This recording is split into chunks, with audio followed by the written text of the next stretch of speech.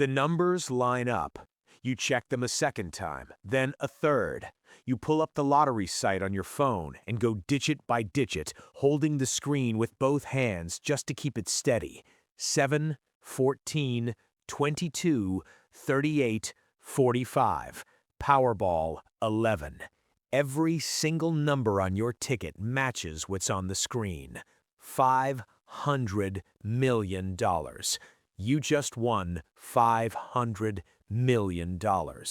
You bought the ticket on a whim, a gas station off the highway, the jackpot sign flickering above the register. You never play the lottery. You understand the odds are absurd. 1 in 292 million. Statistically worse than being struck by lightning twice in the same lifetime. But something nudged you to slide $2 across the counter and say, one quick pick. You tossed the ticket in your glove compartment and completely forgot about it until this morning when a radio host mentioned that someone in your state had just become a half-billionaire. Now you're sitting in a grocery store parking lot, staring at a slip of paper that is worth more money than your brain can actually process.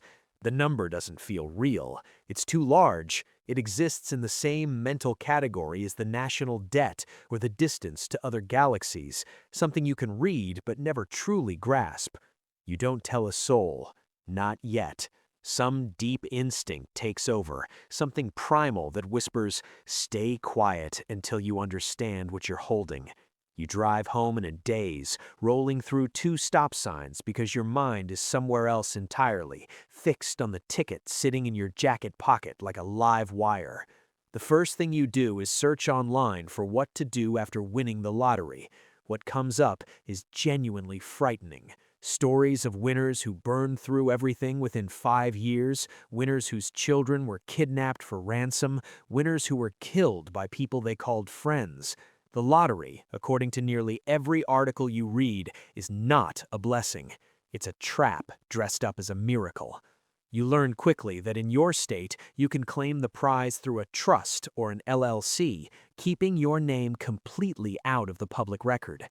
This detail feels like the most important thing you've ever read. The moment your identity becomes public, your old life is finished. Every distant cousin, every forgotten acquaintance, every opportunist with a sob story will track you down. You need a lawyer, not someone who helped you fight a parking ticket, a real one. Someone who operates in the world of high net worth individuals, estate planning, and asset protection. You spend the better part of an afternoon researching firms before landing on one that feels right. Old, established, quiet, the kind of firm that doesn't advertise because their clients prefer not to be found. You also need a tax attorney, a certified financial planner, and a private accountant. You are about to step into a financial universe you know absolutely nothing about. One wrong decision could cost you tens of millions. The right team could protect you from your own inexperience. You make the call. Your voice shakes as you explain the situation to the receptionist. She doesn't miss a beat. She's likely heard stranger things. The meeting takes place 2 days later in a conference room that probably costs more per square foot than your apartment. You slide the ticket across the mahogany table and watch 3 attorneys in expensive suits examine it the way archaeologists study artifacts. They confirm it's legitimate. They walk you through your options. You can take the annuity, 30 payments spread across 29 years, collecting the full $500 million over time, or you can take the lump sum, which, after federal and state taxes, lands at roughly $180 million in your hands right now. You take the lump sum. Everyone takes the lump sum. The lawyers establish a trust under an anonymous name, file the necessary paperwork, and 2 weeks later, you walk out of the lottery claims office with a check made out to a legal entity that cannot be linked to you publicly. $180 million deposited into an account at a private bank you had never heard of before this month. You open the app and stare at the balance. It still doesn't feel real. The first moves are practical. You pay off every debt you have, student loans, credit card balances, the car payment that has been quietly stressing you out for 3 years. It takes about 11 minutes and costs less than 0.5% of your total fortune. Problems that kept you awake for years disappear with a few keystrokes. Then you wire money to cover your parents' mortgage, a balance of around $240,000 that they've been chipping away at for 2 decades, gone in seconds. They have no idea where it came from. You tell them you had a strong year, that you've been careful with savings, that you just wanted to help. The lie comes out smoother than you expected. Your mother cries. She calls you her miracle. Your father pulls you into a hug, a real one, the kind he used to give when you were small and everything was uncomplicated. You feel, briefly, like a good person. You clear your sister's student debt next, then your brother's car loan, then your aunt's medical bills, the ones that have been piling up since her surgery last year. Each transfer feels like a superpower. You reach into someone's life and lift a weight they've been carrying for years. The money flows out and burdens evaporate. But the secret is already becoming its own burden. You can't tell anyone the truth, not your parents, not your closest friends, not the girlfriend you've been seeing for 8 months. Every conversation starts to feel like a performance. When someone complains about rent or groceries or not being able to afford a vacation, you nod along and pretend to relate. You have $180 million sitting in a private bank account and you're commiserating about the price of gas. You quit your job. There's no way around it. You can't sit at a desk pretending to care about quarterly targets when your mind has completely left that world. You tell your boss you need time, that you want to travel and reassess. She's understanding. She offers to hold your position. You both sense you won't be taking her up on it. Your colleagues throw a small farewell gathering in the break room. Store-bought cake, cheap sparkling wine, genuine warmth. You shake hands and make small talk and think about how arbitrary it all is. A random ticket at a random gas station on a random Tuesday. You carry a box of 8 years out to your car, a mug, a few photos, a plant that has been slowly dying since 2019. As you load it into the trunk, it occurs to you that no one will ever be able to tell you what to do again. That realization should feel like freedom. Instead, it feels like standing at the edge of something with no visible bottom. The travel begins almost immediately. First class to Paris. You turn left when you board the plane. The seat folds flat into a bed. A flight attendant offers champagne before the safety demonstration. You eat a 3-course meal off real ceramic plates with actual silverware and watch a film on a screen the size of a small television. It is everything you imagined luxury would be. A suite in a palace hotel with a direct view of the Eiffel Tower, a bathroom larger than your old living room, fresh flowers delivered every morning, chocolates placed on your pillow each evening while you're at dinner. You start to think you could get used to this. You eat at restaurants where the menu has no prices because anyone who needs to see the number can't really afford the experience. A 14-course tasting menu that takes 3 hours and leaves you full and slightly bewildered. The bill arrives in a leather folder and exceeds what your first car cost. You hand over the card and add a tip that would have seemed insane to the version of you from 1 year ago. You buy a watch from a boutique in Geneva, hand-assembled, Swiss-made, a movement that loses less than a second per day. The salesman slides it across the glass counter, and you think, I can just say yes. So you do. You wear it out of the store and spend the rest of the afternoon checking the time for no reason, just to feel the weight of it. You say yes to a bespoke suit in Milan, yes to a spontaneous weekend in Monaco, yes to a helicopter tour over the Alps that costs what most people make in a month. Every door that was previously closed swings open at the first sign of your card. And then, something strange begins to happen. The joy fades faster than you expected. First class is still just a seat on a plane. A beautiful hotel room is still just a room. The expensive meals are delicious, but you're still full after eating them.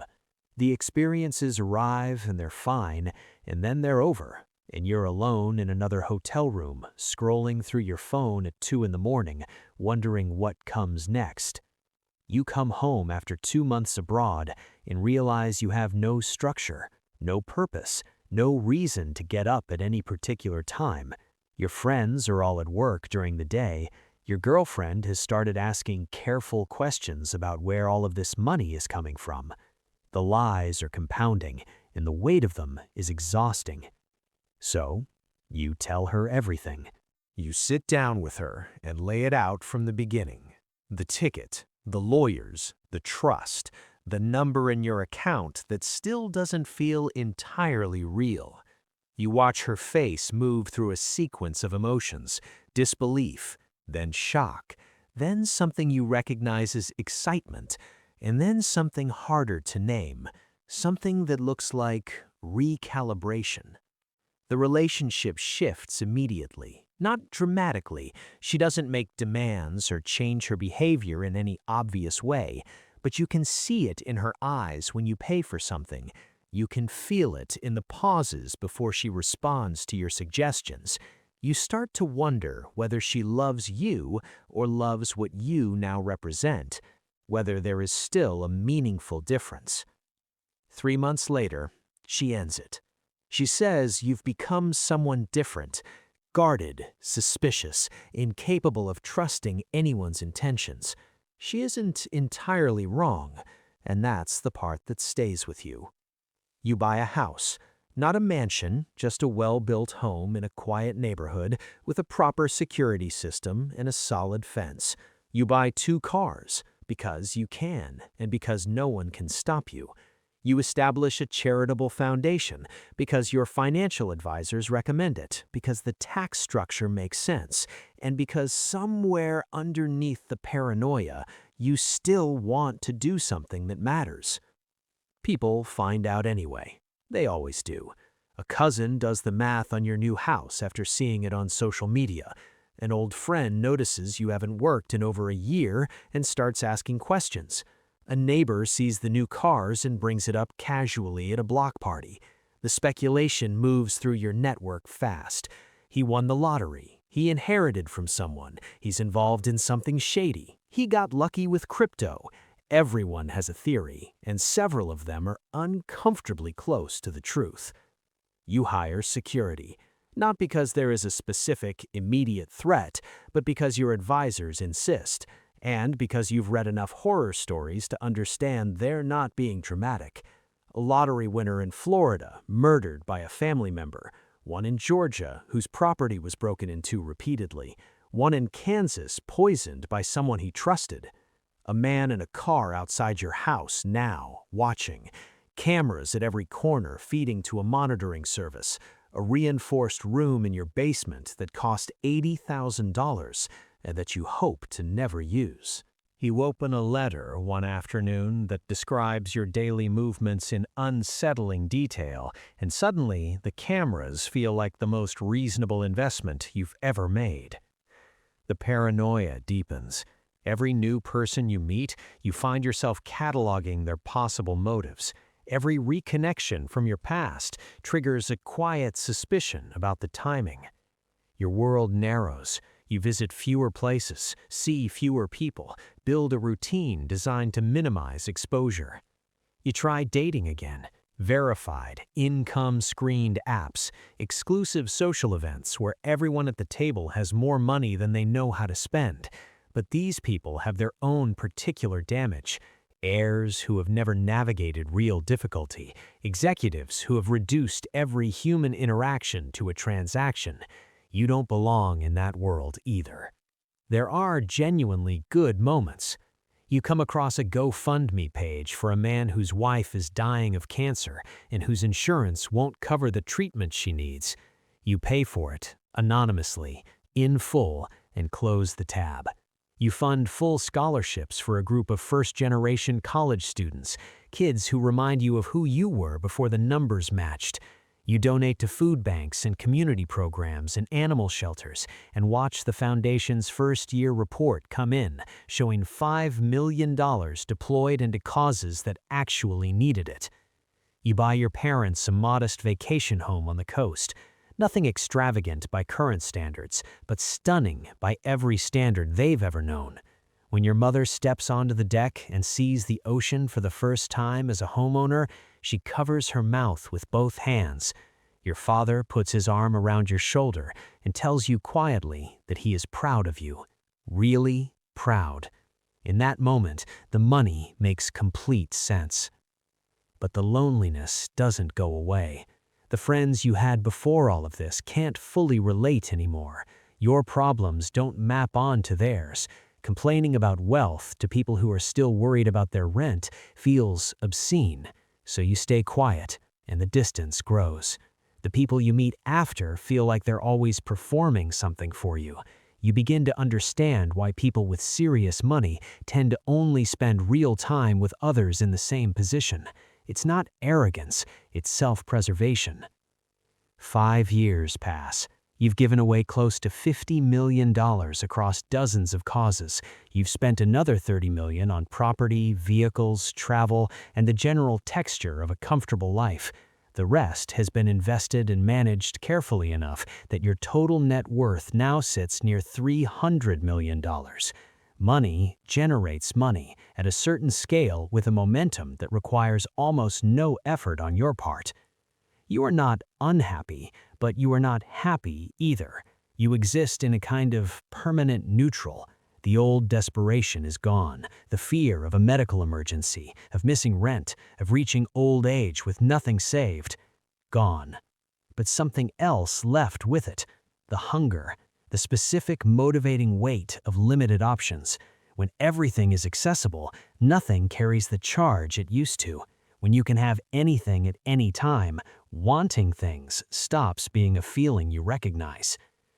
The lottery didn't solve your life. It retired one set of problems and issued you a different set. Problems that earn no sympathy because you are wealthy, and wealthy people are not supposed to struggle with anything. Sometimes you think about the person you were before, stretched thin, often broke, occasionally desperate, but present. A good meal was something to remember. A vacation required months of planning and felt earned. A new car was a goal you worked toward. The scarcity gave everything a texture that abundance quietly erased. The ticket sits in a safe deposit box. You look at it sometimes, 7 numbers that separated you from 292 other possibilities. 7 numbers that handed you everything you thought you wanted and quietly took something you didn't know you needed. Would you do it again? Walk into that gas station, hand over $2, let the machine print those numbers? Some days, yes, the good you've done is real. The security you've built for the people you love is real. That matters. Other days, no. Other days you would hand back every dollar just to feel the ordinary weight of a world where money is scarce and choices have consequences, and a good day means something because bad days are also genuinely possible. But you can't go back. That's the thing about this kind of winning. The floor is too high now, the safety net too strong, the fall too short to ever feel like falling. You'll spend the rest of your life in the comfortable, quiet prison of unlimited options, free to go anywhere, unable to feel much when you get there. $500 million, everything you once dreamed about. It's yours now, all of it.